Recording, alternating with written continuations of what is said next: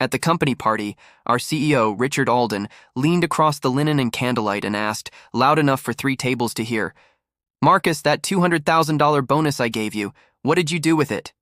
My fork hit the plate. "What bonus?" Across the ballroom, my wife, Sophie, Sterling Dynamics accountant, went the color of printer paper. Her wine glass trembled. Whatever this was, she already knew. 8 years in. I'm 34, 8 years into Sterling's grind. Denver skyline outside, fluorescent lights inside. I started as a junior analyst and clawed my way to mid-level manager. All of the responsibility, none of the power. Sophie and I both worked here. Me selling solutions, her balancing ledgers with surgeon-like focus. We'd traded dinners for deadlines, date nights for decks. I had one dream left, run a branch someday. Lately there'd been whispers, HR.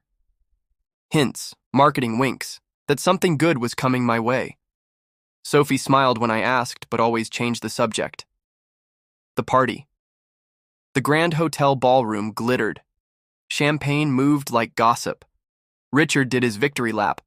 Big contract closed. The company buzzing. I kept an eye on Sophie with finance. She kept an eye on me, then looked away, like attention burned. Richard took the mic, talked legacy and excellence, and the room did the ritual toast. When we sat back down, he came straight to my table, pulled up a chair, and set the fuse. "Tell me about your $200,000 bonus. I didn't get—" I started. He didn't blink. "We wired it 2 months ago.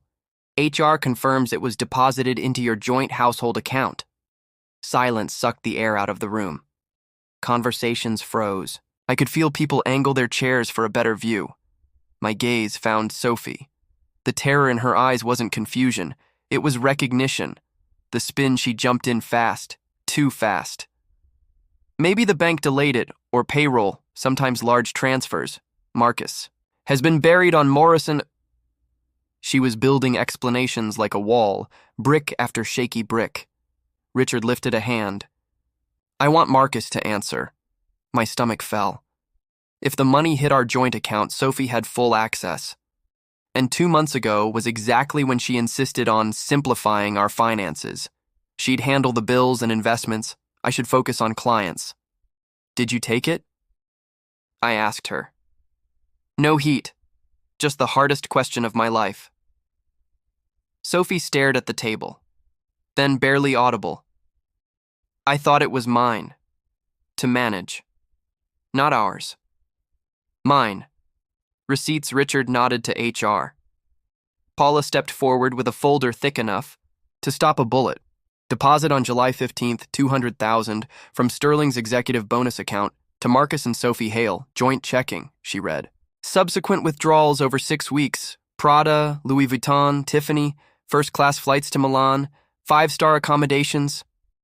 The ballroom erupted into whispers. My face went cold.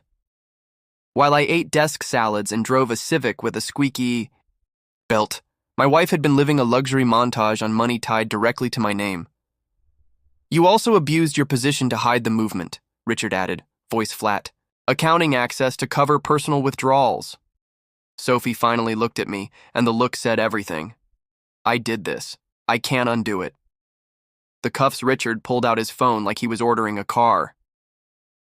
"We'll need officers at the Grand Hotel ballroom, theft, 200,000. Sophie grabbed my sleeve. "Marcus, please, we can fix it. You can't fix 6 figures and falsified entries." 30 minutes later, the police walked her out past our co-workers, handcuffs catching the chandelier light. The band had stopped playing. Someone clinked a water glass, and nobody laughed. The fallout, the next week, felt like waking up inside someone else's life. Every room in our house was a crime scene. Gifts that were really purchases, miles that were really Milan. The timeline was insultingly clean. While I killed myself for a promotion, she burned my bonus on designer bags and an overseas vacation, then cooked the books to hide the smoke. Richard called me in. I braced for HR speak and a cardboard box. "You're not responsible for her choices," he said. "You handled a nightmare with composure. Your job is safe." It sounded like a line from a leadership book, but he meant it. "Her career is over. Yours isn't." By then, the story had sprinted through every Slack and break room in the metro area. Sophie became a cautionary tale in finance. Access without ethics turns talent into a shovel. The divorce was quick. She couldn't contest much. There wasn't anything to stand on. She left with her legal mess and restitution payments. I left with my name and whatever wasn't stamped with a luxury logo. Her Instagram vanished. Her LinkedIn went dark. Word around town said she was taking double shifts somewhere with a drive-thru, while the court docked her checks for a decade. What survived people say what doesn't kill you makes you stronger. Mostly it makes you tired. I learned betrayal doesn't just break your heart, it breaks your assumptions. Trust is the most expensive investment you'll ever make. 3 months after the arrest, Richard called me back in. I expected probation. I got a key. Regional manager, he said, shaking my hand. You proved character when it counted. I wanted to say character looked a lot like gritting my teeth through public humiliation, signing divorce papers, and showing up for my team anyway. But I took the office, a corner unit, a door that closes, a nameplate I didn't have to share. After I still drive the Civic, the belt still squeaks.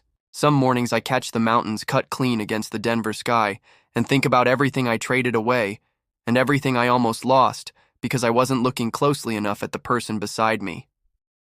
Sophie stole my bonus, wrecked my marriage, and nearly torpedoed my career. She didn't steal my future. This time I'm building it with my eyes open.